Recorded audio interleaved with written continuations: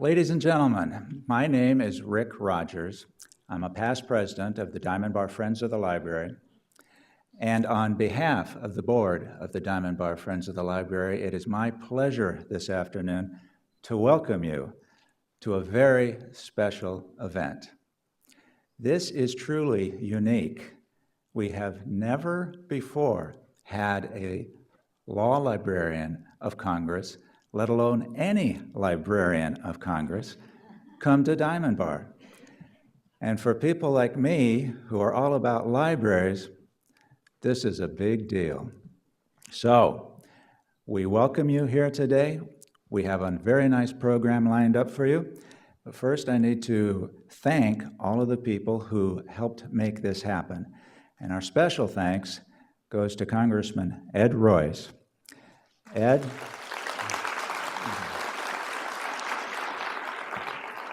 if anyone is individually responsible for this, it's Congressman Royce, and we thank you, sir. This event is hosted by the Diamond Bar Friends of the Library, the County of Los Angeles Public Library, the City of Diamond Bar, and the Diamond Bar Community Foundation. Additional supporters are Los Angeles County Supervisor Don Canabi from the 4th Supervisorial District, the American Association of University Women, the Miss Diamond Bar Pageant, George Yu from Printing Dynamics, Target Corporation of Diamond Bar, the Kiwanis Key Club, Miss Dana Cox, Mr. Paul Gonzalez, and Diamond Bar for Youth. We have many people to thank, but at this point I'd like to mention that this event this afternoon is actually part of a month-long series of events here in Diamond Bar called Read Together Diamond Bar. We have several events going throughout the month.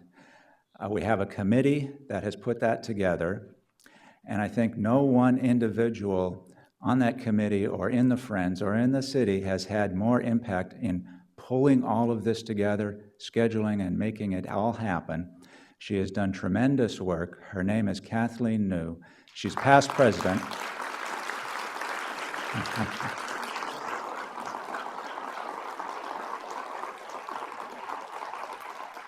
Thank you. She's past president of the Friends, and she just moves mountains and makes things happen. And Kathleen, great job. Now, our program today is we're going to have some remarks by dignitaries. Then we're going to have the Law Librarian of Congress, Mr. David Mao, come up and give a presentation. That will be followed by a period of question and answer. So please be thinking of your questions in advance. If we don't get time today for everyone in the audience to ask their questions of Mr. Mao, there's going to be a reception to follow in the Blue Sky Cafe outside of this room. After the Q&A with David Mao, we are going to present the prizes to the 3 Student Essay Award winners, which was also held in conjunction with this event. And then I think our program will be over, except for photo opportunities and the reception in the Blue Sky Cafe. One more thing I need to announce, a housekeeping type item. This event is being recorded and will be rebroadcast on multiple media, including cable TV here in Diamond Bar. By remaining in this room, you are giving your consent to appear in those broadcasts. Okay, I think we're done, and now it's time to start the real program, and we're going to start with the flag salute, and to help us with that, I'm going to call up former past president of the Diamond Bar Friends of the Library and current City Councilwoman, Nancy Lyons. Yes, yes, Nancy, yes.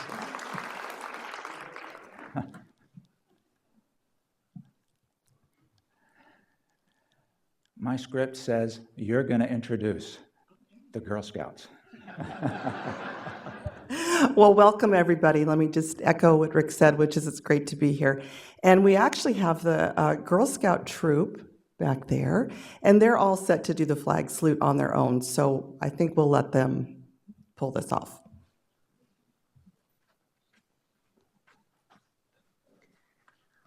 Audience, please stand.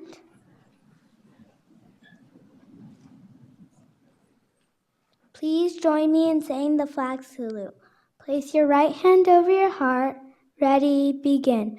I pledge allegiance to the flag of the United States of America and to the republic for which it stands, one nation, under God, indivisible, with liberty and justice for all.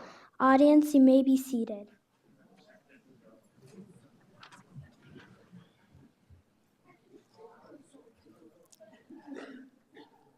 Thank you. I would now like to welcome Ms. Ruth Lowe, current president of the Diamond Bar Friends of the Library.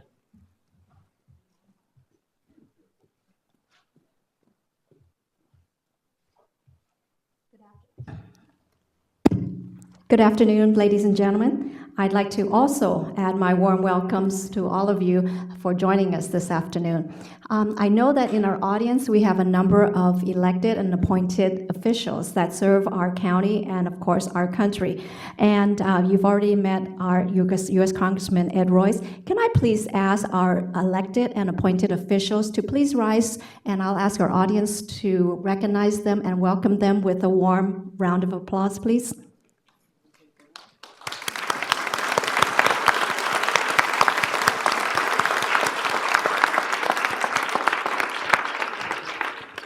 Thank you, and I hope that they'll stay around so we can meet you and greet you individually. The Friends of the Library are a community organization. We started in 1977, and our mission is twofold. One is to support the library, and the second is to support the cause of literacy. And to accomplish those goals, we do a couple of different things, and it's kind of a neat and unique organization because we get to do those two things. First, we support the library by providing funding. All of you may be aware that every year we host the wine soiree. And the second thing that we do is we reach out to the community to engage the community to read, to learn, and to develop literacy in so many different things. And the program that you're here today is part of that outreach. It's a program that we started in several years ago, and it runs for the month of October, and we call that Read Together Diamond Bar. And the whole idea behind that is a city or a community that reads together, opens a book together, will close the book in greater harmony and greater understanding. And by bringing our community together, we can work together better, we share ideas, and we grow together. And so that's the whole point. The Friends do that all year long. When my kids were younger, and some of you might remember the old fable, the tale of the stone soup. Do you remember that one? That was where the traveler and a few other people went through the village, and they were tired and they were hungry, but they had a pot and not much else, but they had a stone, and they were able to get some water from the stream, and they started to cook their water in their stone. And as people came by, they said, "Hey, what are you doing?"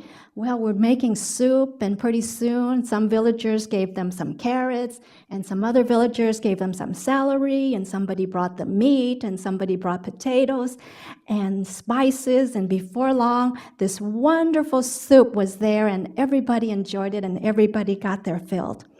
Well, so it is with the Friends of the Diamond Bar Library and the Read Together Diamond Bar.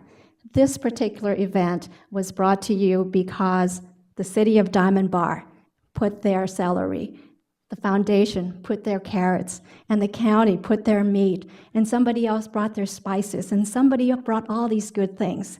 And so it is all year round with the Friends. We count on the community to join us, and everybody contributes, and the result is just a beautiful result that benefits the entire community, and that's what we strive to do all day long. So with that, I invite you to enjoy our program today. I invite you to join us all year long so that we can make our community a better place. Thank you for coming.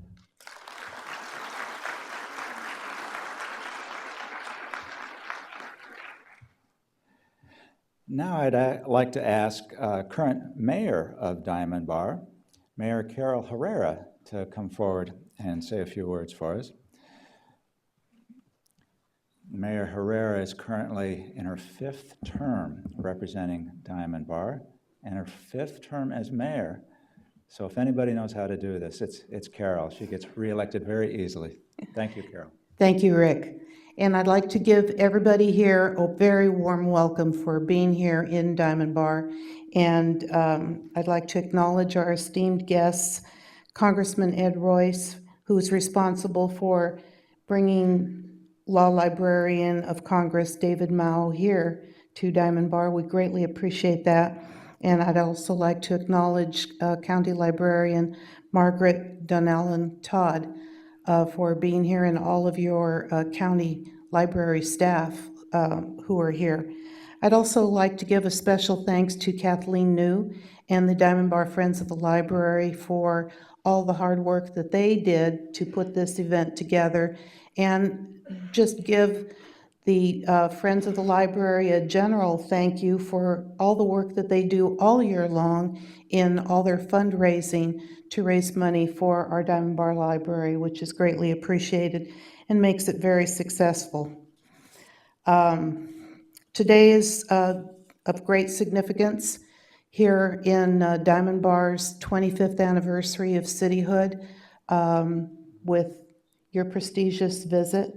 We greatly are honored, and would just like to give a thank you to Congressman Ed Royce again for being our Diamond Bar hero and all that you did to help Diamond Bar obtain a $10 million Tiger grant to help improvements on the 5760 freeway and to help fix that terrible congestion that is there on the freeway. We greatly appreciate your support. Mr. Mao, I hope you're enjoying your stay here in Diamond Bar.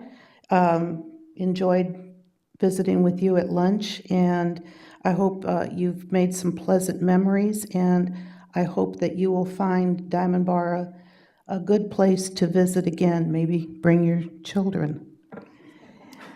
And again, welcome to all of you. We look forward to the presentation and your remarks. Thank you.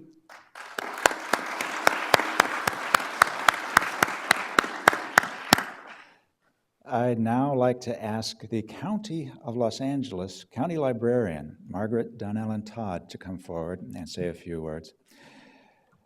Margaret Donnellan Todd, she's in charge of 85 regional libraries. She's got a budget, annual budget of north of $120 million. She's a very important player in the library world. We're always happy that you come here and visit with us, and I know you're happy when you come visit with us because of those 85 branches and regional libraries. Diamond Bar is your favorite.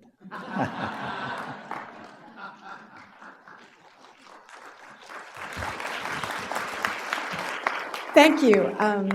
As I always tell everyone, I love all my children equally, but Diamond Bar does have a special place in my heart because of the fabulous cooperation between the city and the supervisor, Kanabe, and the Friends of the Library to get that beautiful library built. It is a wonderful library. Would have never happened without all of you, so you should feel very proud of what you accomplished. It's fun to be here. It's always fun to be here for Friends events. You give such a great party, no matter what the party is. But I want to take a moment to thank Congressman Royce because y'all don't know this, but he asked us to apply for the Institute of Museum and Libraries Medal, which is a very prestigious award. We have submitted our application this week, and he signed the letter of nomination, so thank you, Congressman, very much. With that, I'm going to sit down and enjoy the Law Librarian.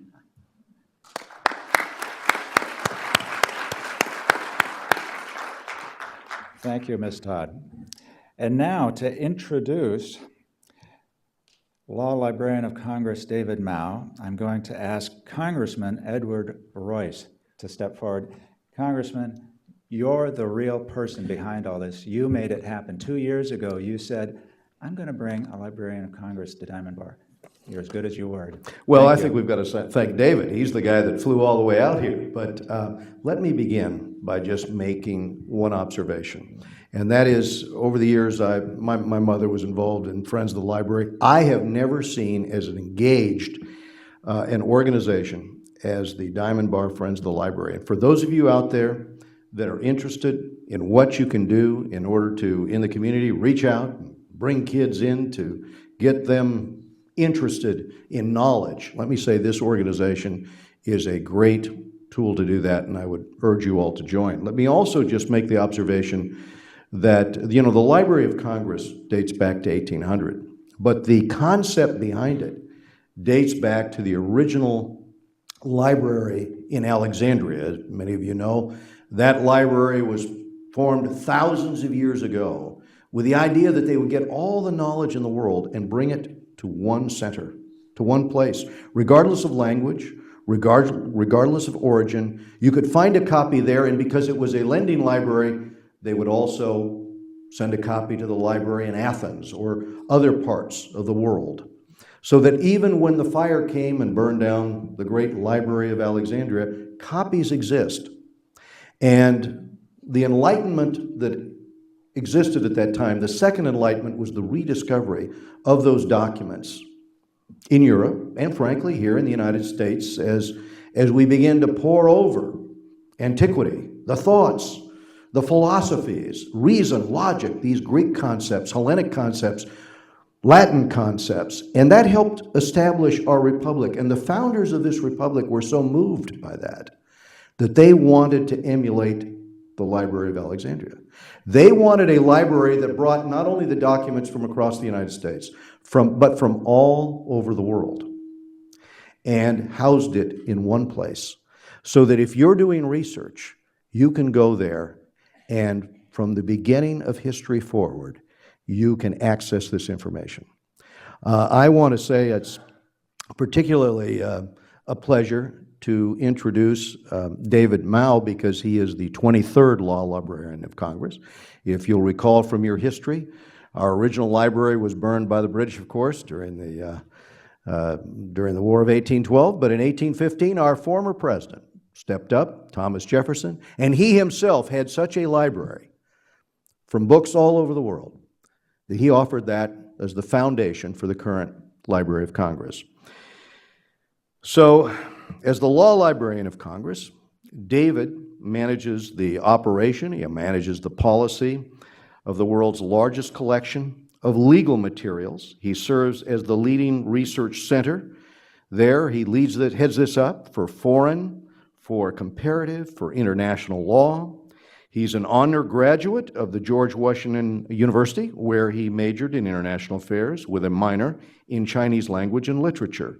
And he also earned his law degree from the Georgetown University Law Center. And in case you haven't realized it, he really knows his way around a library. His presentation is Serving Digital Natives in Libraries Today, and it's a really timely address because modern technology has changed so much, so radically, especially in the last generation. But the way we engage our students in libraries and classrooms has often stayed the same, and the way that people do business and communicate with one another and search for information, all of that has just changed so dramatically that it's only right that educators look at how to adapt. And I think his thoughts on this are very, very interesting as well. I can just end by the observation that I chair the Foreign Affairs Committee. My wife, Marie, used to teach at Cal Poly Pomona. I am an enthusiast for STEM education. And the nexus between what we're doing in order to allow students to access more information more easily in their studies and get them interested earlier in life is a very direct relationship in terms of the success that they will achieve. California is competitive because we file more patents here than anywhere in the world, and we do it because of those young students primarily who go into STEM. And to the extent that we can engender their interest in this and in knowledge more earlier. And by the way, let me just add one other thing. The other thing we've noticed is that those filing the patents, they have that background in STEM, but they also have a background in art and music so often. So maybe for the arts majors in the room, we should make that STEAM and expand that a little bit. But with that said, let me just introduce to you David Mao, the Law Librarian of Congress, and ask him to come to the stage.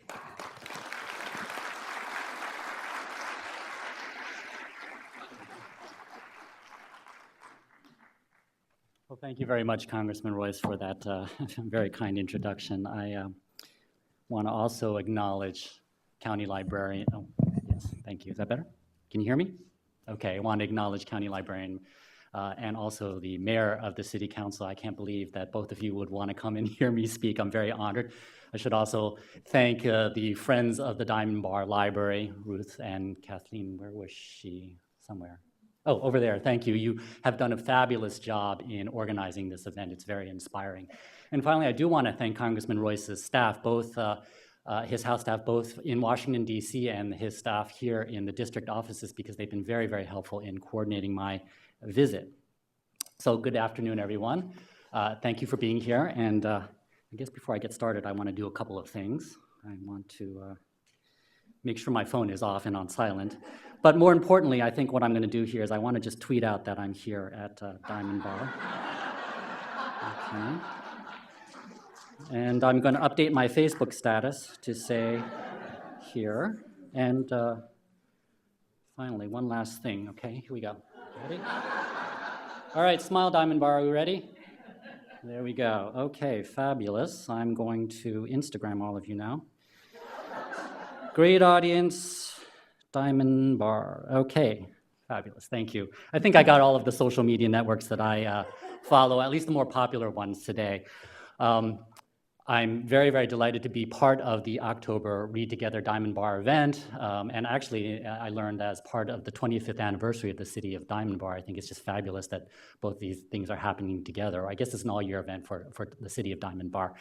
I think in 25 years, though, that we're going to have a new landscape of social media and technology. And so it's really going to be quite a different world for us in 25 years. And actually, technology changes so fast. I mean, this phone, well, it's probably already out of date. I mean, this is an iPhone 5 and the 6 has already come out. So this is out of date. And just in the next few years, we don't know how we're going to be communicating with each other.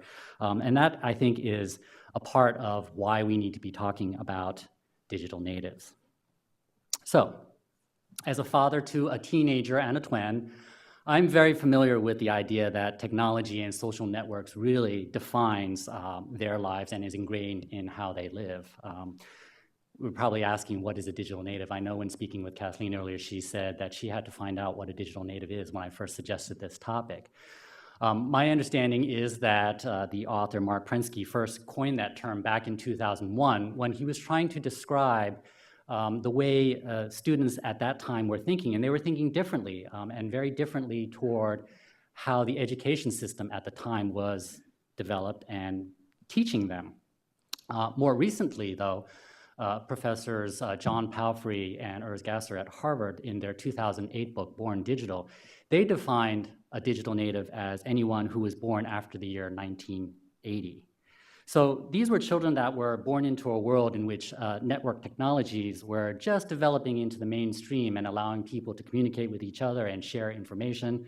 While these digital natives were infants, modems. Do any of you here remember what modems were like? Those boxes that screeched and beeped at you when you turned them on? Well, they were just being priced low enough so that computer enthusiasts could actually buy them and then get online. They were accessing systems like bulletin board systems. Do any of you remember those, like America Online or what we now call AOL?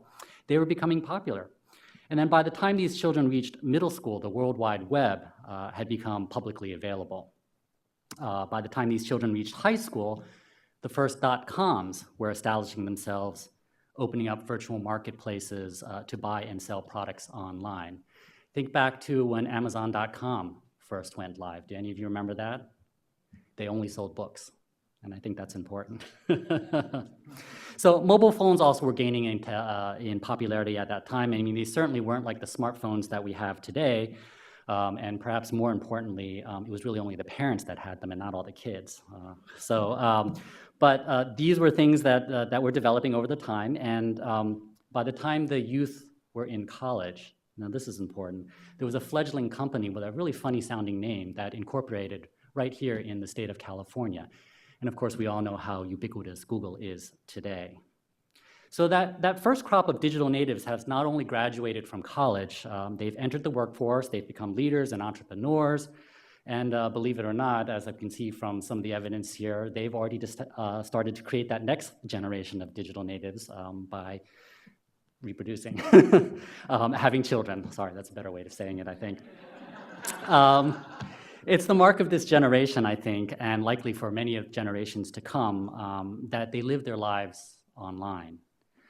Their identities on and offline are singular, they're without distinction, and they don't make a distinction between the real and the online world. But you think about the different social networks, their lives may be both online and offline and singular, but there also might be different personalities and different ways that they represent themselves. Because technologies, for example, could be text-based, or they could be image-based or video-based, so they have different ways of expressing themselves. According to Professors Palfrey and Gasser, the major aspects of the digital native's life, the social interactions, the friendships, the civic engagement of these digital natives, they're all mediated by digital technologies. To be sure, I think there are now many serious issues surrounding digital technology. There are questions about privacy, for example. How do we make sure that we protect personally identifiable information, or PII? Or how do we limit how companies can collect information about children, which they can do through geolocating information? There may be questions about copyright. So for example, how do we allow innovative and promising sharing of information, but still respect the rights of a creator or an author? There may be questions about the digital divide. And for example, how do we ensure equality in providing access to and use of digital information and technology? These are all really very complicated questions, and I'm not prepared to provide an answer, and I don't think I'm actually qualified to provide an answer on any of those. But I do want you to keep them in mind, because I think there are very, very relevant underlying themes in any discussion that we have about digital natives. I have the privilege of working at the oldest federal cultural institution in the United States. As you heard Congressman Roy say, the Library of Congress was first established in 1800. And it started off first as a reference library for Congress, but over the last 214 years, the library has become a collection of more than 161 million items. But despite its name, the Library of Congress is, in effect, it's the de facto national library of the United States. And so in a sense, it's actually your library. You own a part of the Library of Congress. And so part of our primary goal as the de facto national library of the United States is to provide access to knowledge in order to promote creativity, scholarship, and lifelong learning, all for the benefit of the American people. And although not quite as old as the Library of Congress, the Diamond Bar Public Library, part of the much larger County of Los Angeles public library system, I think has very similar objectives to the Library of Congress in that regard. It serves you, the community, by providing access to information in order to nurture invention, collaboration, and learning.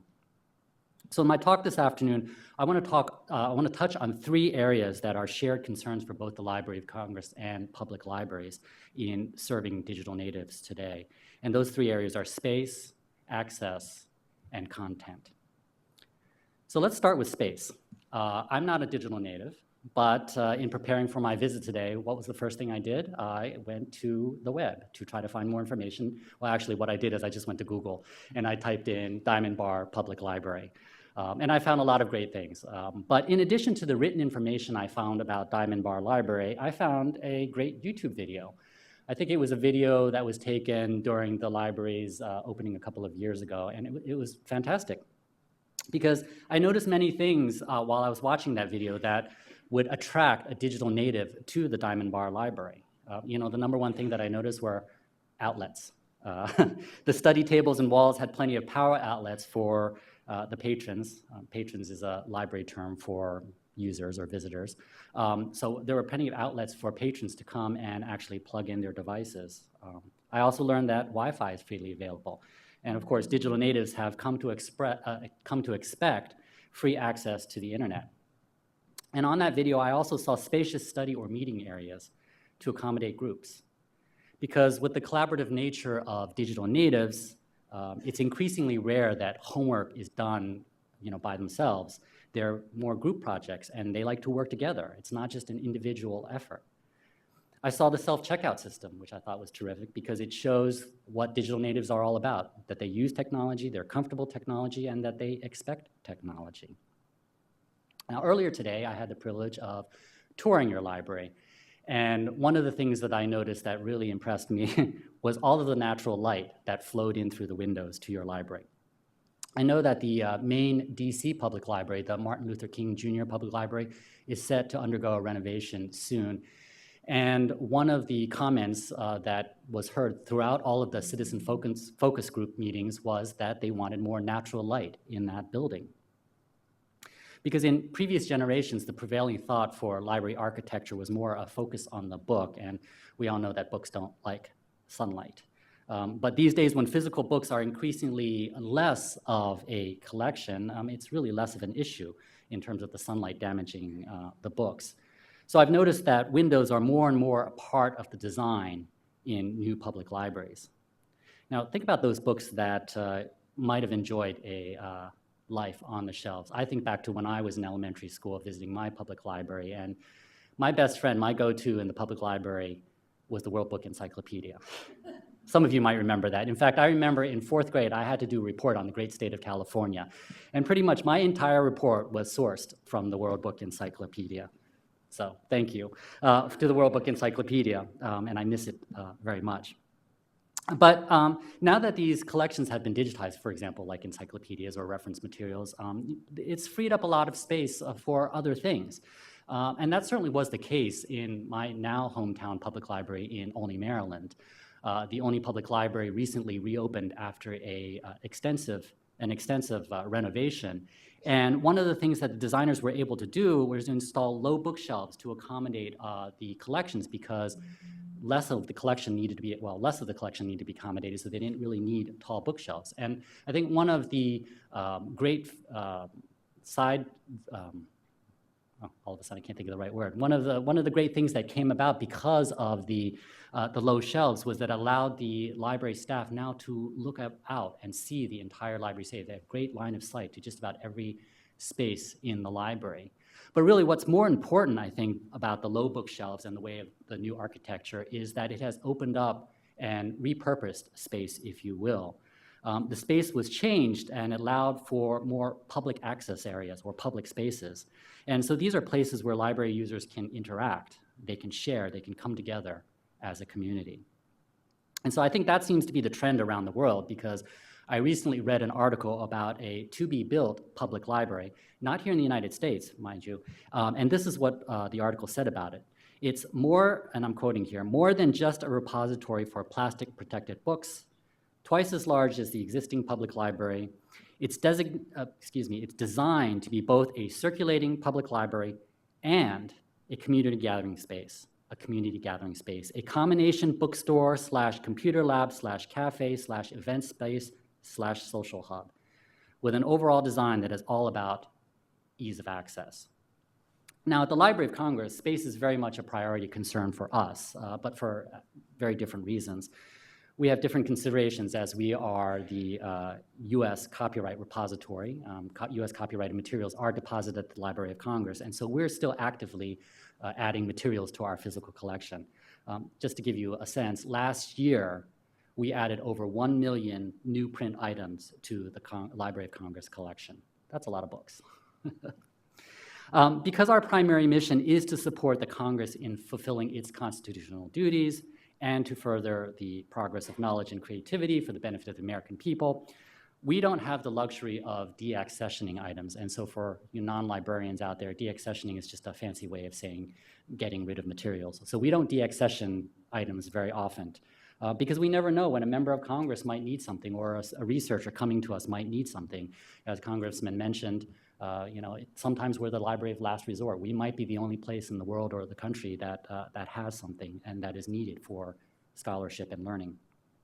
But nevertheless, the library does recognize the need to focus on patrons or the users in space. Just this past week, the Law Library Reading Room, so the Law Library is the part of the Library of Congress for which I'm responsible. The Law Library Reading Room closed for renovations. It was a reading room that first opened when the Madison Building opened in 1981. It's in the Madison Building. The Law Library is in the Madison Building, which is the newest of the 3 Library of Congress buildings on Capitol Hill. And so our reading room dated to 1981, which I guess coincidentally is right around the time when digital natives were first born. So if you really think about it, after 33 years, it's really, really ripe for a makeover. And we have great expectations. We're closed right now in terms of the actual reading room, but we're in a temporary space in the ground level of the Madison Building, and we hope to reopen in May of next year. So in the redesigned space for the Law Library Reading Room, though, we'll have more public computer terminals, which will help patrons access the increasing number of electronic legal databases, the online resources that we have, such as congress.gov or law.gov, and access the digitized law collections that we have. The reference collections in print will be consolidated into a row of 30 compact shelves. That's all. And a new multi-purpose room will be built as part of the reading room. It's a place that will allow patrons to come in and collaborate and share. It will allow us to be able to teach classes to them on how to access online legal materials. It'll be a place for them to come and perhaps have a lecture. So I invite you to come and visit us in Washington, D.C.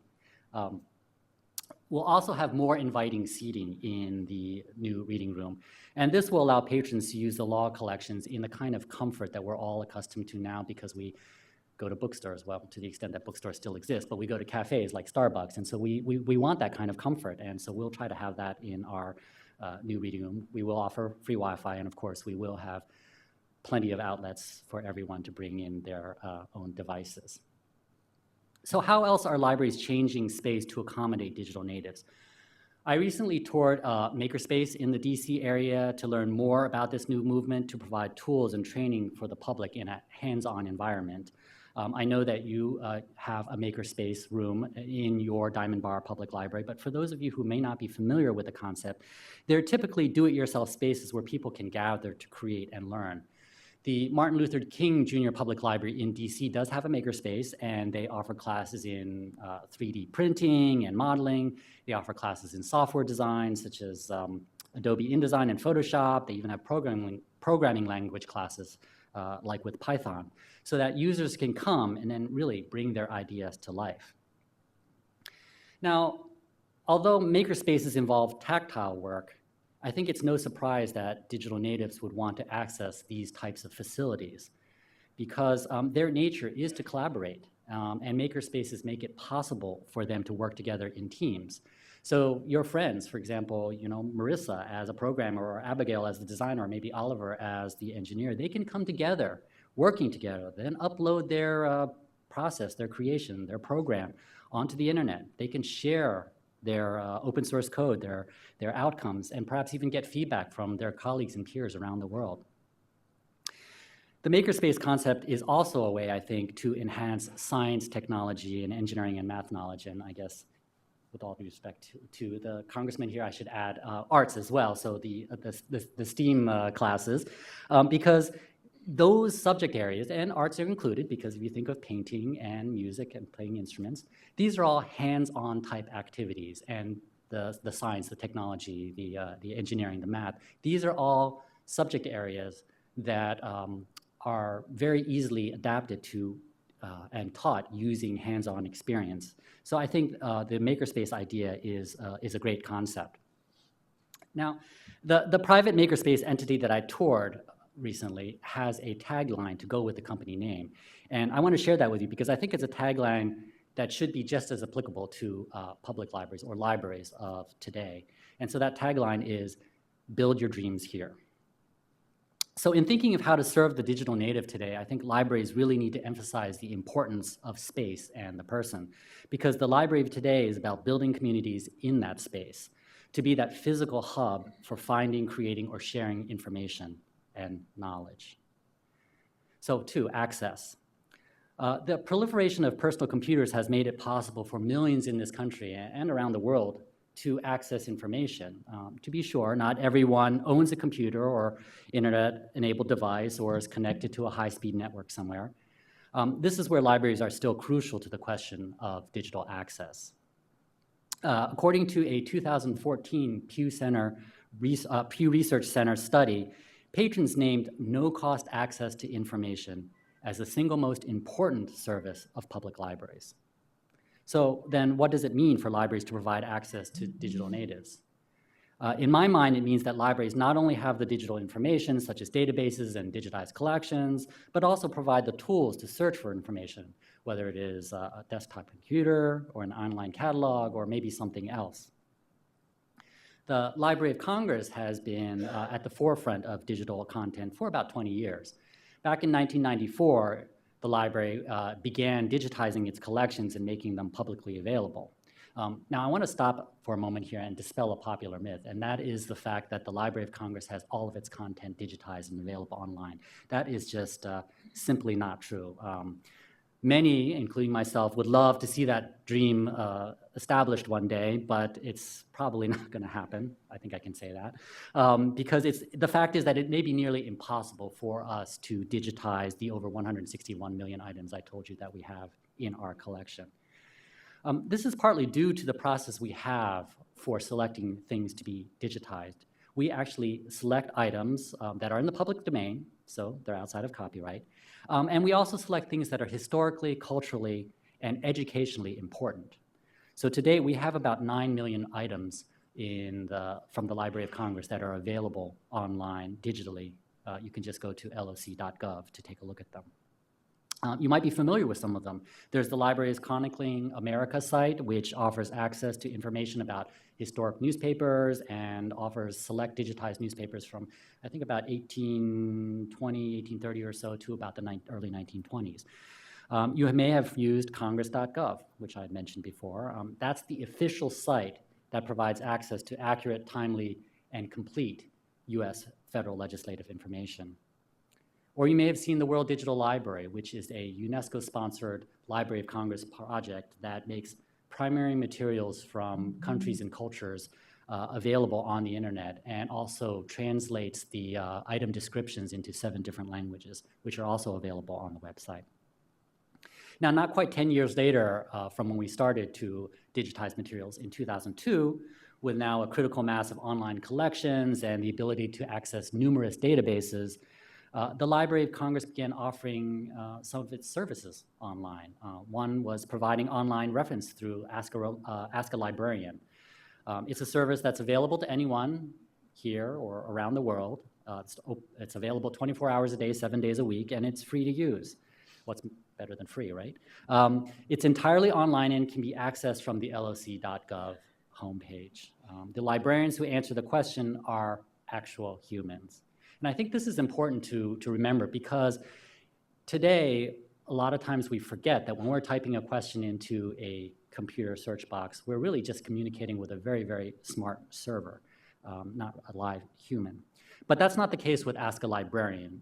The librarians on the receiving end, they carefully consider the question, and then they write thoughtful responses to direct the patron to whatever resources are available. And so I think this is an in-person service, a traditional in-person service of the library that's translated very well to the online world. Now, last fiscal year, the library answered over 248,000 in-person reference questions and just over 182,000 questions via Ask a Librarian. Now, I know that your library here in Diamond Bar, in fact, many libraries around the country do Ask a Librarian services and have had very much success with that service. But the Library of Congress, we've also tried to keep a pace with new ways to allow digital access. Over the last several years, we've dipped our toes into social media. So now that we have a Facebook page, we have a presence on Twitter, on Flickr, on Pinterest. We have quite a few blogs that the various different divisions and departments in the library write as examples. And in 2012, we got into the app business. So the Library of Congress launched the Congressional Record app. And the goal was to allow ready digital access to the official record and debates and proceedings of Congress via an iPhone or an iPad. And last year, in 2013, we launched a second app. We launched the Constitution of the United States Analysis and Interpretation app. I know that's a mouthful. It's sometimes just called Constitution Annotated. It's a Library of Congress publication that contains an analysis of virtually all U.S. Supreme Court cases that are relevant to interpreting the United States Constitution. Now, these are just examples of how libraries provide access, and I know that not every library may have the resources to digitize all of its collections. I mean, certainly we don't have those resources at the Library of Congress, and not all libraries have resources to create useful new tools like apps. So I want to illustrate access and some of the issues it raises in the digital context by going back to that Pew study that I cited earlier. In that study, almost half of the respondents under the age of 30 had read an ebook in the past year. And I think it's no surprise that digital natives might be leading the increased readership of ebooks on e-readers, or reading of books on e-readers, or that they're in the middle of the publishing industry's transition from the traditional print technology to a digital world. But that relationship between publishers that produce the ebooks and the libraries that want to lend them out, it's a very curious relationship, and I think that's one of interest for all of us here, because traditional publishers are offering some of their new titles as ebooks, as we know, but they're rightfully concerned with protecting their intellectual property. So like my own public library in Olney, Maryland, the Diamond Bar Public Library offers ebooks through a catalog online. I've taken a look at it on your website. And just like a physical book, patrons can check out for a few days or a few weeks, depending on how long the library allows them to keep the material. And then it automatically gets returned so that you don't have to worry about those pesky overdue fines. But libraries, in addition to offering those ebooks, they might have audiobooks, music, and videos in the same way. But digital natives, I don't think they're really thinking about it the same way, because to them, content is not something that is simply borrowed by one person at a time. For them, the content of digital materials should be for simultaneous users, for everybody to use it multiple times and download it by multiple people, right?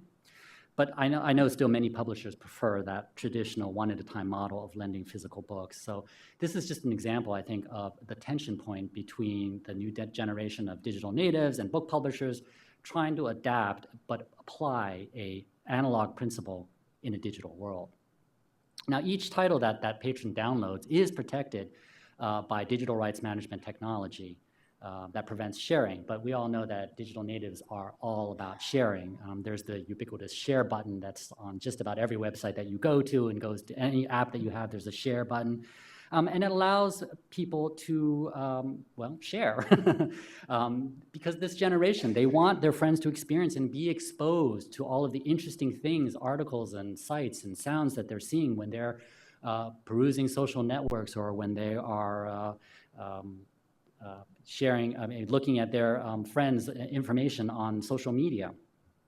But sharing content sometimes does go to the detriment of copyright law, as I've mentioned earlier. And so we know that publishers, many publishers, not all, but many publishers want to discourage that because, of course, they want to ensure royalties for their authors and protect the intellectual property that they have. So here's just another example of that tension between digital natives and trying to apply concepts from an analog world into a digital world. So in thinking of how to serve the digital native today, I think libraries need to be emphasizing the importance of access.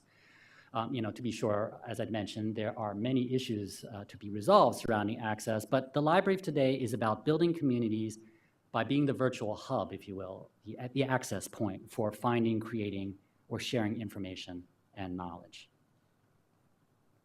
Okay, 3, content. One of the challenges libraries and librarians face in serving digital natives is adapting to the needs of a patron base that is grown up with a full-text natural language searching. To the digital native, there really isn't a need to learn Boolean logic and memorize those arcane commands that, some of the older folks here, maybe the librarians in the room, do you might remember learning how to search dialogue and how traumatic that was? Well, the digital natives today, they don't want to have anything to do with that. They use natural language search terms, and it's their way of finding things.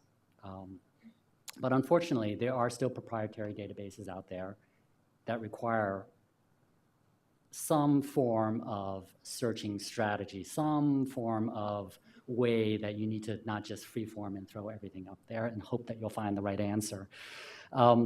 But I think that can be really frustrating for digital natives because they're not used to that. They don't want to segment their terms. They don't want to actually choose from a list of drop-down list and put in the right terms because it forces them to be really exact and really want to have to know what they're searching for before they actually search for it. How many librarians out here, and I think there might be a few of you out there, how many of you have heard this refrain from your younger patrons? Can't we just type in our question in a single box and get the right answer?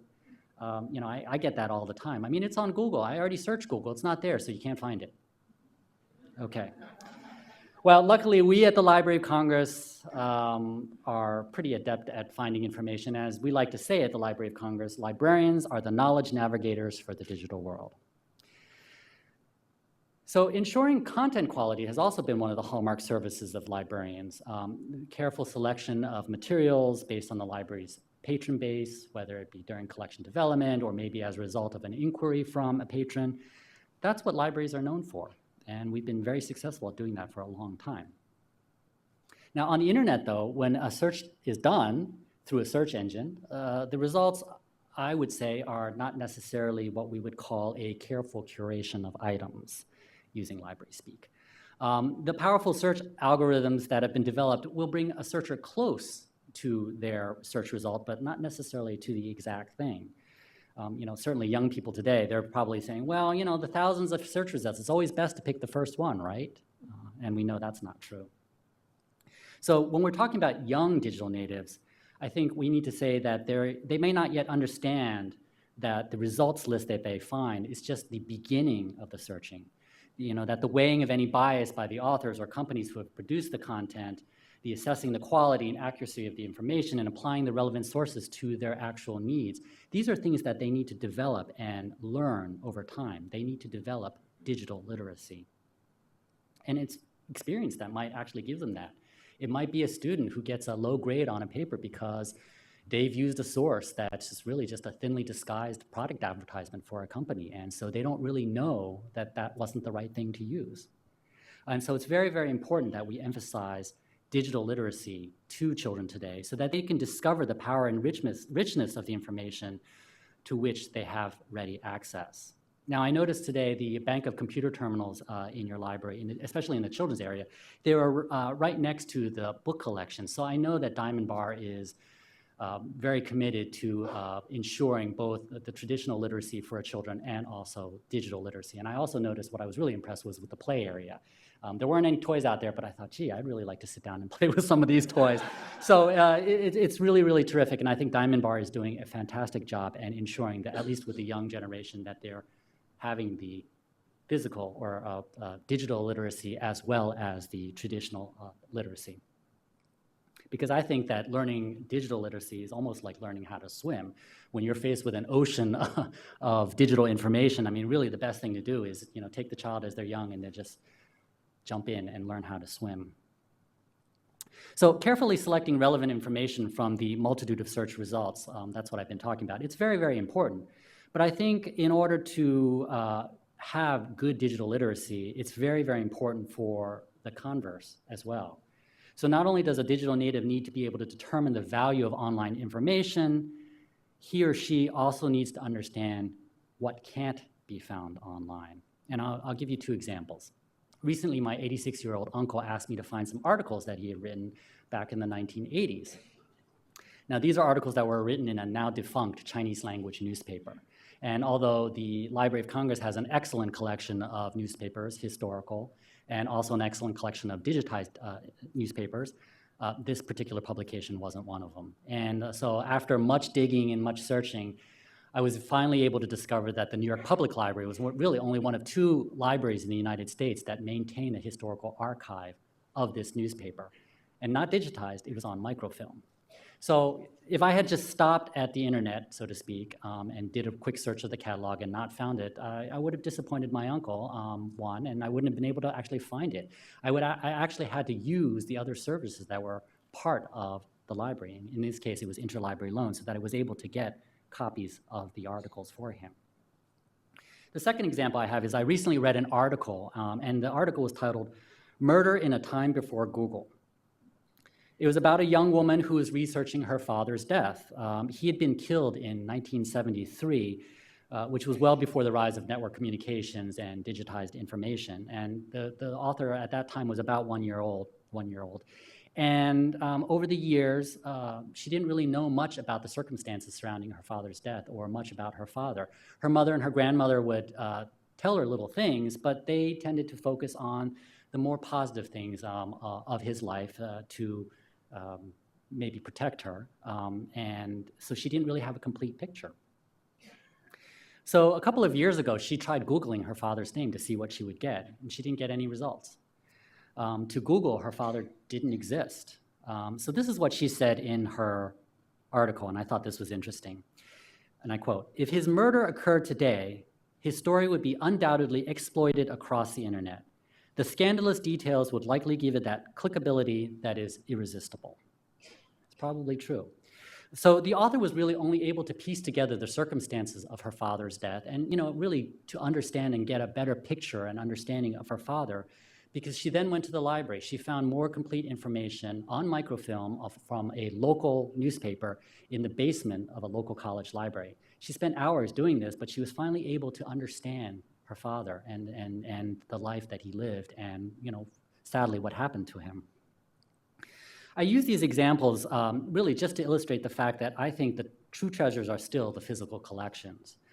We're in a transition with regard to moving into an all-digital world, but I would argue that we will continue to be in a transition for quite some time into the future. I mean, if we take into consideration the 5 centuries since Gutenberg invented the printing press, we've created a lot of printed information. I think it's almost impossible for all of that, even as it becomes part of the public domain, for us to be able to actually digitize all of that information. Now, that certainly doesn't stop the Library of Congress or other libraries or companies from doing that, but I think it's very unlikely, especially in my lifetime, that we will live in a world of purely digital content. So in thinking of how to serve the digital native today, I think libraries need to emphasize the importance of content, because the library of today is about building communities through its content. It's about finding the vibrant and relevant content that is needed for creating or sharing information and knowledge. Now, I quite purposefully titled my talk today, "Serving Digital Natives Today," because I think it's easier for us to grasp the present than it is to think about the future. But I do want to take just a second and peer into a crystal ball and think a little bit about one aspect of the digital native with respect to libraries. In the 2014 Pew Research Center study on public libraries that I've been citing to, one of the main services that respondents 16 years of age and older said that public libraries should do is coordinate more with local schools. An overwhelming 85% said that libraries should definitely implement such a program or partnership. And I know that here in Diamond Bar and across Los Angeles County, the libraries partner with local schools, perhaps with K through 12 students and their homework, or perhaps with college students. And so I know that that coordination and partnership is already going on. But what happens when the education landscape changes from the traditional learning environments we know today to an increasingly online and self-directed learning structure? And so the example I want to use is the MOOC, M-O-O-C. Some of you may have heard of that. It stands for Massive Online Open Course. And actually, maybe some of you have taken part in a MOOC. It's, for those of you who don't know anything about it, it's been very, very popular over the last couple of years. And it's essentially an online course that's offered for free or at very nominal cost. Hundreds or thousands of people here in the United States or around the world can sign up for this class, and they're usually taught by leading thinkers and scholars in the particular field of study.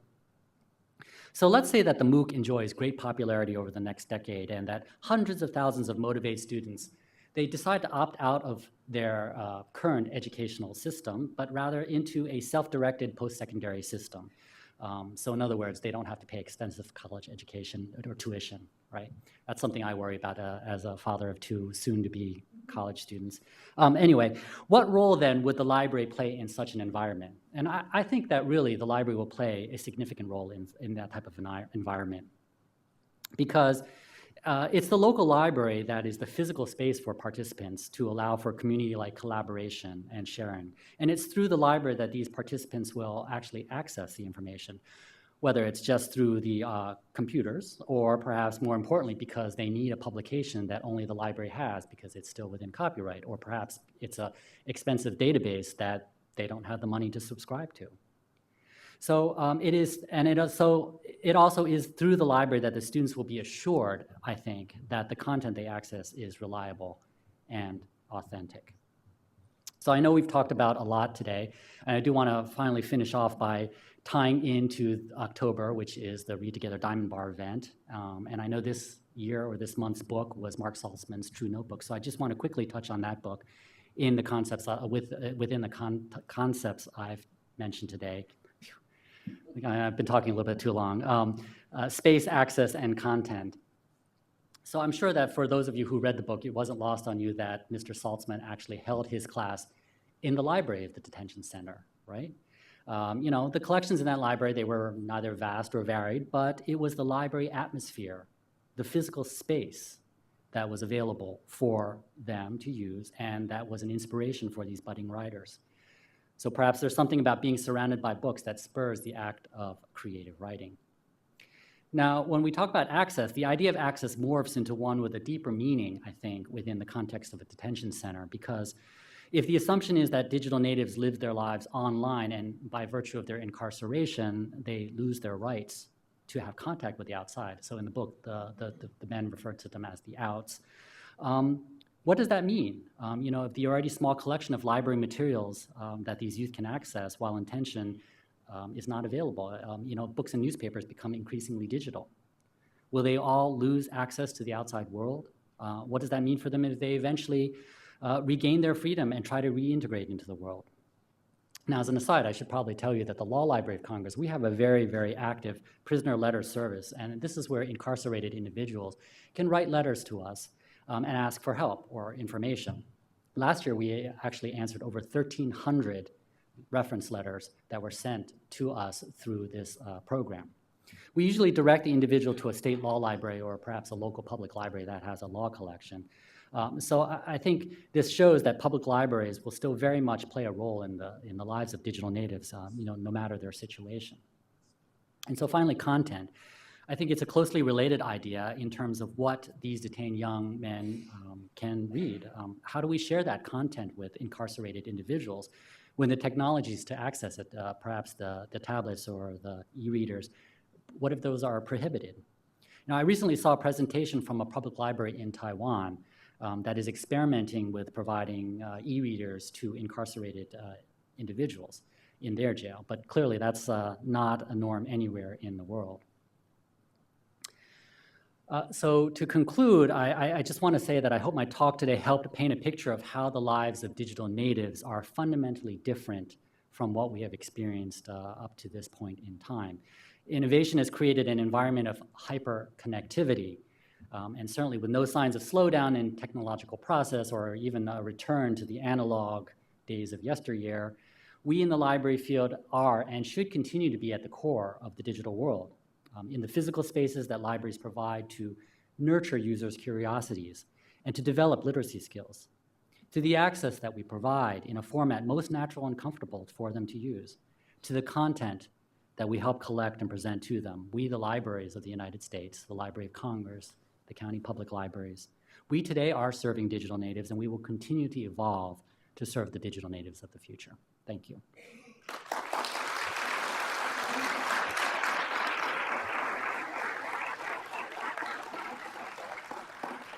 Thank you very much. Sure.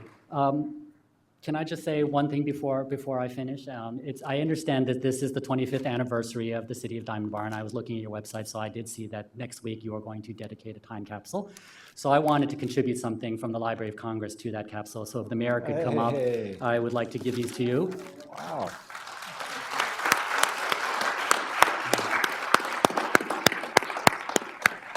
I have two things here. One here is just a medallion. It's a Library of Congress coin. stamped with the Library of Congress. But more importantly, I have here is a book. It's about the first 200 years of the history of the Library of Congress. So I'm hoping that in another 25 years, when the capsule is open, in 25 years, is that what the plan is? I hope at that time the folks will really be able to actually use this. But with the Diamond Bar Public Library and all the great things they're doing, I know that they will be able to. So thank you very much. Thank you. Can we read it before we put it in? Thank you so much. Thank you. Can we get a picture? Do you want me to hold it? Yeah. How do we- There you go. There you go. Very nice.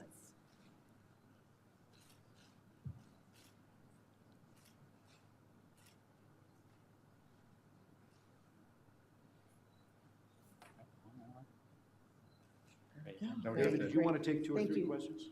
Sure, yes, I'd be happy to. We've got a couple of volunteers who will be taking microphones throughout the crowd, so the audience can hear your question.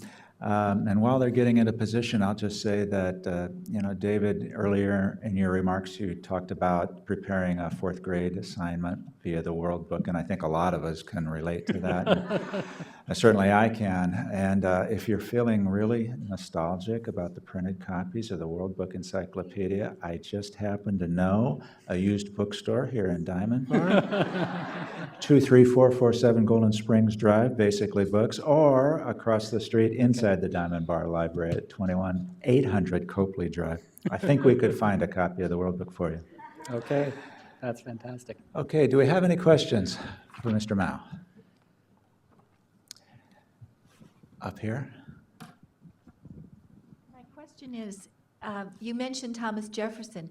Is his collection still separate, or is it integrated into the library? Could we go and actually see the books that he donated? Yes, you can. So to give you a little bit of the history, as the Congressman mentioned, the War of 1812, the British came and they burned down the Capitol and the original Library of Congress collections. So in 1815, President Jefferson was very kind in selling his personal collection, which at that time was the largest personal collection, or largest collection of books in the United States. There are about 6,000 volumes. And what was really interesting and unique about it is that so I should step back and say the original Library of Congress collection was law books, right? We're serving Congress. But his collection was very varied. He collected in history, philosophy, religion, you name it, he had something on it. And so that really was the seed that allowed the Library of Congress to develop to what it is today, and that's why we collect in all of the different areas. And so a couple of years ago, what we did is we went back and we pulled out Thomas Jefferson's collection, and we have recreated Thomas Jefferson's library on the 2nd floor of the Thomas Jefferson building. It's the original Library of Congress building on Capitol Hill, and so I invite all of you to come and see. You can see how it was set up. He had it set up. If any of you have been to Monticello, you know that his library was round, and so the Library of Congress has recreated that library in the round, if you will, with his collection. Do we have a question on this I side? do, you do. I was wondering, and this is a lot to ask, but could you address the feasibility or the way in which you would integrate a non-digital native into today's digital world? Well, I think one of the best things is to come to your local public library. I mean, that's the number one thing I would do, because they're offering fantastic opportunities. They have classes, I presume. I'm looking at Los Angeles County, even if not just here in Diamond Bar. Libraries offer classes. The librarians are very willing to work with you, to teach you, to show you, to walk you through all the different steps. And so really the best place to start is the local public library. I believe this lady has a question. Yes, yeah, I have a small question. Since the Congress has been discussing and enacting new laws, are all these new enacted laws posted on the website of the Law Library? Yes, you mean you're talking about United States laws? Yes, yes. Yes, that's correct. So we are responsible at the Library of Congress for congress.gov, which I'd mentioned, which is the legislative way to search legislative. So you can actually find the laws, but you can also find the historical, the legislation that led up to that particular law. You can find the bill when it was first introduced. You can see a version of the bill after it's been marked up, after it's been reported out of committee, for example. So yes, you can find the laws. So it's a great tool Yes, for indeed. research. Yes. Thank you. Sure, Thank you're you. welcome. There's a question in the front row. One of the greatest joys in my library experience was walking around and seeing something and looking interesting and seeing something and learning about it. How does the digital world address that or entice our digital natives to look for something that they never even thought about before? That's a really good question. But I think I saw some great ways that the Diamond Bar Library is addressing this even, and that's just to have the technology available. So, you say walk around. I presume you're talking about walking down the aisles and looking, shelf reading, we would call it in library speak, and so you can actually see what's on the library and peruse that general area. I think you can also do that in a digital native. Now, mind you, I'm not a digital native, so the way I would go about doing it would probably be, if I pick up my iPad here and go to a particular site, I'm going to be attracted by all the things that are available there, and it's the library putting together that information and making it available. That's still going to attract the people, I think. It's just we're presenting it in a different way, that's all. So. I have a question for you. It's a librarian's question. Sure. As you're talking about digitizing, does the Library of Congress automatically have the right to digitize materials? Because like for us, we can't just digitize something unless we have the author's, publisher's permission, or if it's an orphan work, et cetera, et cetera. Do you automatically, because you're the Library of Congress, get to do whatever you want? We work for Congress, so we follow the laws. But seriously, the U.S. Copyright Office also is a part of the Library of Congress, so we're very, very mindful and respectful of U.S. copyright laws. And no, we don't. And that's why I might have glided over it a little bit too fast, but when we select items for digitization, most of the time the things that we select are outside of copyright, number one. Or we have gotten permission from the author to digitize the information. I think there is a question in the back, but I'm going to, if I can, Scarlett, please, I'm going to jump in and ask a question of my own. Sure. David, we spoke about this briefly after lunch earlier today.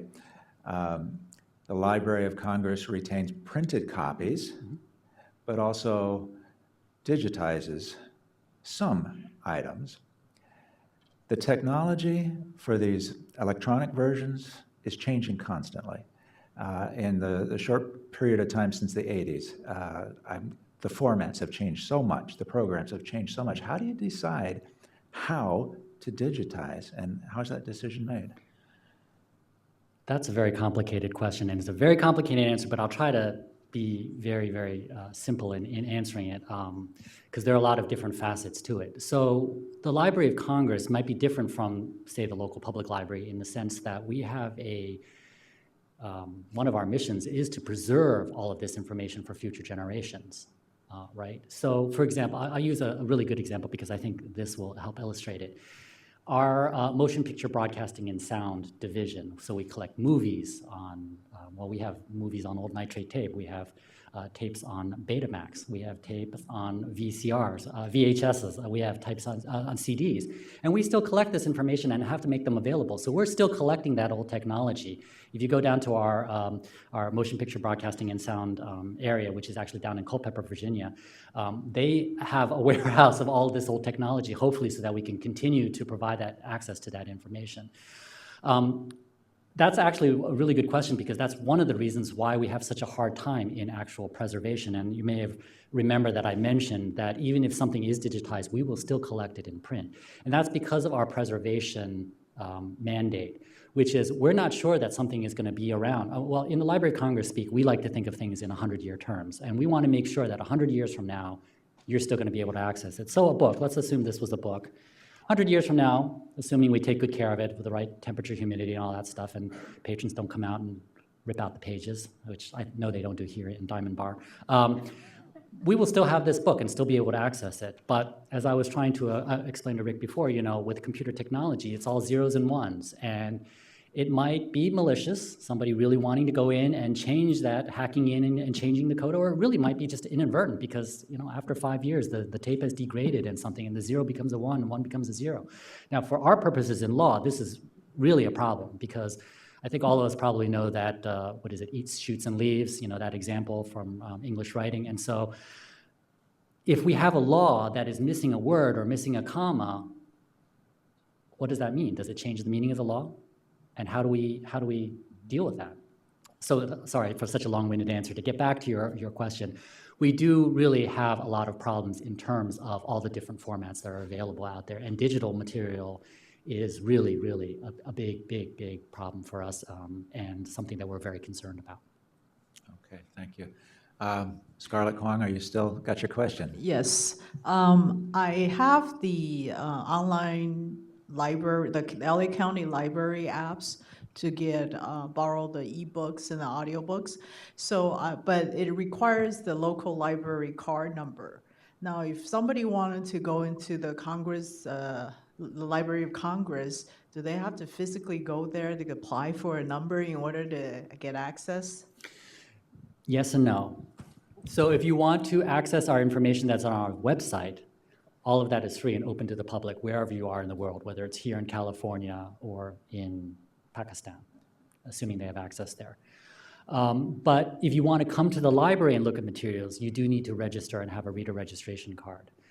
One of the great things that we offer is that you could do it here. If you know you're coming to Washington in 2 weeks, assuming you've already had a reader registration card or created a reader registration record, you can actually select the materials and have them waiting for you on a shelf when you get there in 2 weeks. We'll pull them off the shelf and save them for you. I think it's, depending on the reading room, sometimes it's 5 days, sometimes it's 10 days. So you can do all of this stuff remotely and then just come in at the very last minute and look at what you need. But unfortunately, yes, if you are going to be using our materials on site, you do need to register yourself. Just have to be 16 years or older, have some sort of identification, driver's license or an identification card, and then you can register and use our materials. Yes, ma'am.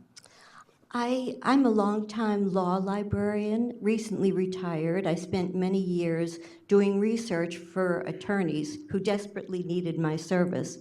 That's no longer true, I understand that. But I'm wondering, what do you see as the role going forward for research librarians, people who have my skills, number one? Number two, have the staffing needs changed at the Law Library of Congress? Okay, good questions. To answer your first question, I think there's an increased need for researchers and research librarians. And I think the questions that we've seen, at least at the library, have become so much more complicated. Certainly, a lot of information can be found online by an individual himself, him or herself. So back in the day, maybe 20, 30 years ago, somebody might call you and say, I need the phone number for this clerk in that courthouse. And you'd run and pull off a court directory and pull it off and give it to them. Well, that information's online and they can find that information fairly easily. But what we have found is that the questions that we're getting at now are really, really complicated. And they're not just about law, because law certainly as a discipline intersects with so many different subject areas. And as things get more and more complicated, and as we become more and more intertwined throughout the world, foreign materials also become a part of what people are looking for. And so it really is, there is a need for expert researchers to be able to handle all of this information that's out there. As for your second question, the staffing for the law library in particular has changed. We do have fewer staff than we did 15, 20 years ago. Part of that is for economic reasons, but part of it also is the way that technology has changed. So we have fewer staff who are doing those sort of, no disrespect here, but the lower end types of jobs, moving books and shelving and those kinds of things. But we do have more. If you look at the actual ratio of our staff, we have more people doing research, more people answering questions and doing the more high-level work. So I don't know if that answers your question. We have fewer people, but we have more people doing research. We're keeping pretty much on schedule. I think we've got time for maybe just one or two more questions, but sir, please. So I have a question that kind of pertains to the outward-facing services of a library. So I'm 25, I'm a millennial, and oftentimes libraries come as an afterthought to people of my generation. So my question to you is, how do you see libraries marketing their services to the digital native nowadays, and do you think libraries can do a better job of doing so? Well, to start, first of all, I think what the libraries are doing here is doing a fantastic job, because when I was across the street today, I saw a lot of people in that library. And granted, it was a Saturday, but there were a lot of people. And I've visited quite a few public libraries over the course of me being a librarian, and they are young people there. So in terms of how do we reach out to them? I mean, I think it's talking about doing some of the things that I've talked about, thinking about it a little bit differently. It's this space. It's not necessarily the book, but it's the space. And so students or young folks like you can come actually into the library and do things that you may not actually have been thought about doing in a library, but if we can sell it to you that way, you can come and actually want to come to the library. Maybe have a movie night or something like that. Do you allow people to eat in your library here? I mean, okay, eat and drink or something. I mean, maybe I shouldn't be saying that, but the different types of things. I mean, what is it that gets people into a bookstore or into a Starbucks cafe? Maybe emulate some of those types of things. Anyway. Okay, I'm sorry, I'm going to have to cut it short. We have many more questions, obviously, for you, David, but maybe we can take them in the reception to follow. You'll be available to answer I'm happy questions. to answer whatever questions you might have about libraries, law libraries in particular, or about me if you want to know. Okay. In fact, I was going to wrap up with that question. Getting kind of personal, we do have some further items on today's agenda. Okay. Can you just take 60 seconds or so and tell us a little bit about yourself? Where you're coming from, the journey that got you to where you are now. How does a person, for the young people in our audience, for example, how does a person get to be a Law Librarian of Congress? Okay, so I was born in New York and I grew up in New Jersey, great Garden State. But this is a lovely West Coast, and even with my East Coast bias, it is really beautiful out here. I went to school in Washington, D.C. and pretty much stayed. So, college, law school, library school, all in Washington, D.C. And that's how I sort of ended up in the Washington, D.C. area. But I guess to answer your question of, for young people especially, on what to think about, certainly you have to think a little bit about what you want to do. But I also want to say that I think you should also think about just taking chances, or maybe even having a little bit of serendipity involved with that taking of chances, because that's how I got to be where I am. When I was in law school, I worked as a work-study student in the law library, and so when I was graduating, I went to talk to the librarians and said, hey, I really like this job. I like working in the library. How do I go about doing that? That's when they broke it to me and said I had to go back to school, get another degree before I could do this. So I sort of put that on hold for a while and did practice law and paid off my student loans. But then the opportunity came up. I happened to be talking to somebody someday, and they said, hey, we had this job. And I said, hey, why not? So I applied for the job. Of course, after getting the job, and I had to quit my job working as a lawyer, move back to Washington, D.C., and then also apply to library school. But I was willing to give it a go and take a chance. And then when I was working at, took a job working at Georgetown University's law library, and then going to library school at night. Then I saw a job posting for working at a law firm to do something called a legislative librarian, which it's a pretty unique animal to Washington, D.C. And so basically I had the job of reading the congressional record page by page every single day, because this was back before you could search for a lot of things on the internet. Very tedious, but also very, very interesting and enlightening. So I applied for that job just because I thought it was interesting, and I got it. And over the course of 8 years at this law firm, I was a legislative librarian. I managed research for them, and then I also ended up managing conflicts for the firm, because conflicts for a multinational law firm is a big deal. So I got to do a lot of different things, and it's simply because I asked, and I said, can I do this? Or, hey, that sounds interesting, I might want to do that. And then one day I saw a posting at the Congressional Research Service at the Library of Congress, and I didn't know anything about it, but it sounded interesting, so I threw my hat in the ring, and I ended up at the Library of Congress working for the Congressional Research Service. And then in 2010, I saw a job posting in the law library, and I thought I would try out for that. So I applied and got to be at the law library. And then in 2012 is when Dr. Billington, the current Librarian of Congress, he appointed me to be the Law Librarian of Congress. So anyway, my point is that sometimes you just have to take a risk, and just, if it looks interesting, why not apply or try it? That might not be to many of the parents here's liking, I know. But for you young folks, really, just, try something. Okay, thank you. Thank you, David. Can I please call forward Ruth Lowe, the president of the Diamond Bar Friends of the Library, and Carol Herrera, mayor. of the city of Diamond Bar.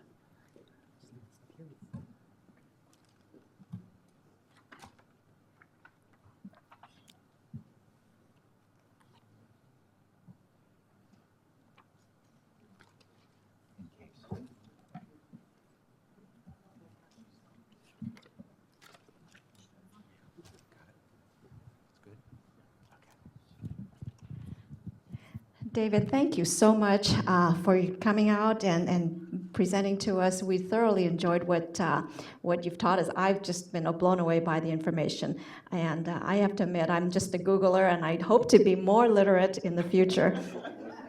The Friends, on behalf of the Friends of the Library, we have a small gift to thank you. And this is just our small token to say thank you and welcome to Diamond Bar. Thank you so much. It's very nice. Thank you.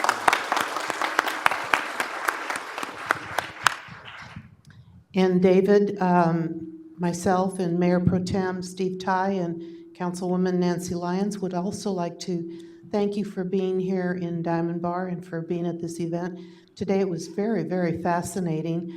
Thank you also for your contribution to our time capsule. That is going to be really terrific, and we greatly appreciate it. We hope that you will think of Diamond Bar often, and so please accept our anniversary t-shirt, a Diamond Bar pen, and a new historical book that was just recently put together, The History of Diamond Bar. We started out as a cattle ranch, as I was telling you, and thank you so much for coming to Diamond Bar.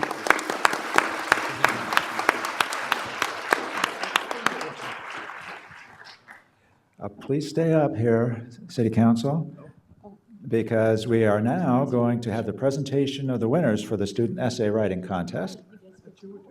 The subject was How a Book Changed My Life, and I would request that Congressman Royce, Kathleen No, Margaret Todd, would you all help us out with this?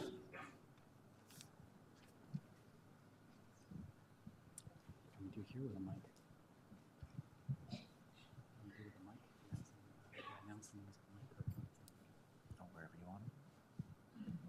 Sure.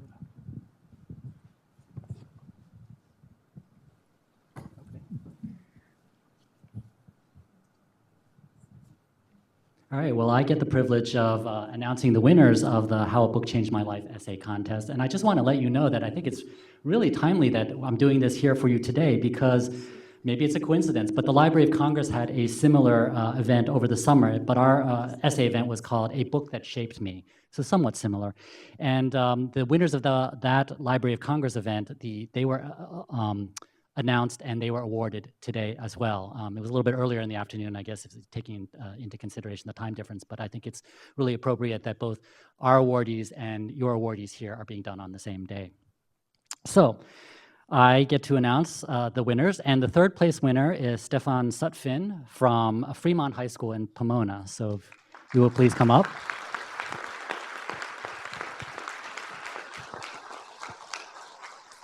Thank you so very much. Congratulations.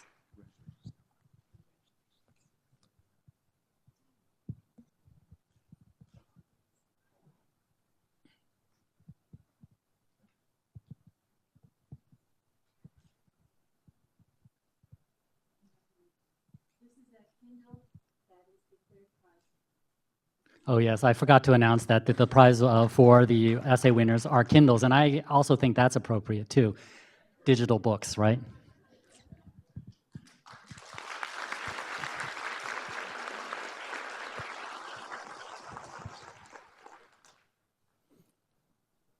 Ready for the next one?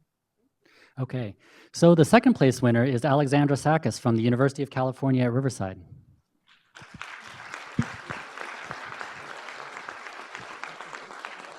Thank you so much. Congratulations.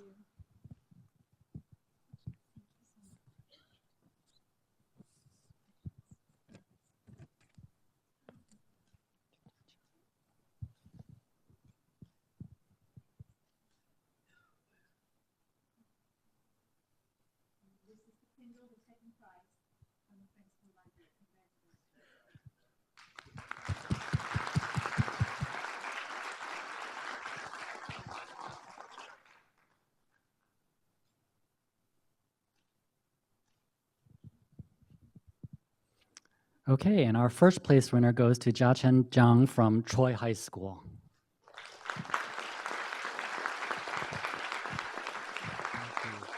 Thank you very much.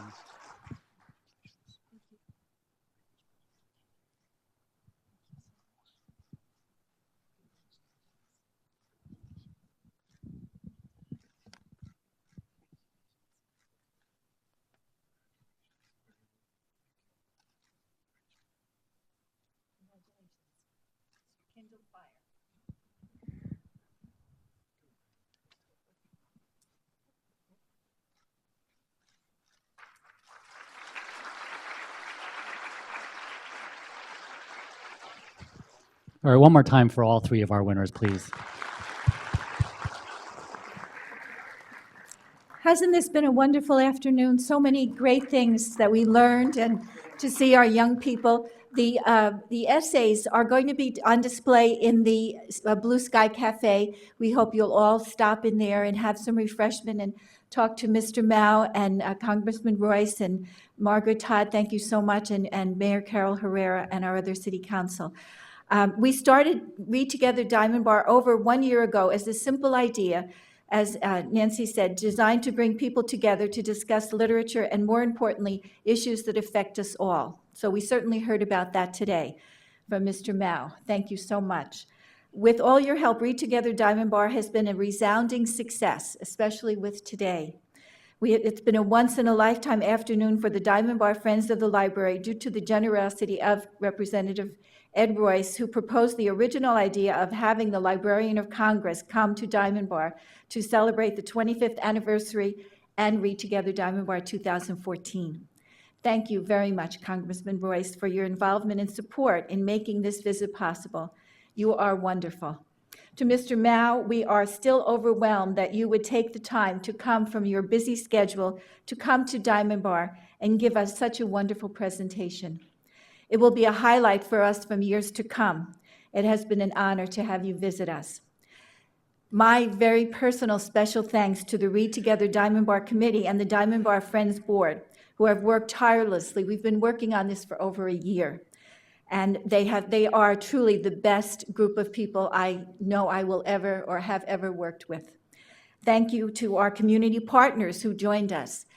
Two people who I don't think are in the room, but I especially want to call them out and give them my thanks, is Bonnie Kirshner and Colleen Kelly, who have just been working so hard behind the scenes, as all of our committee has, but we don't have all day. But I just want to mention that we do have a wonderful group of friends, and you might want to think about joining us. It would be a good thing to do, and we welcome new people to come. Thank you all so much. Please go and have some refreshments.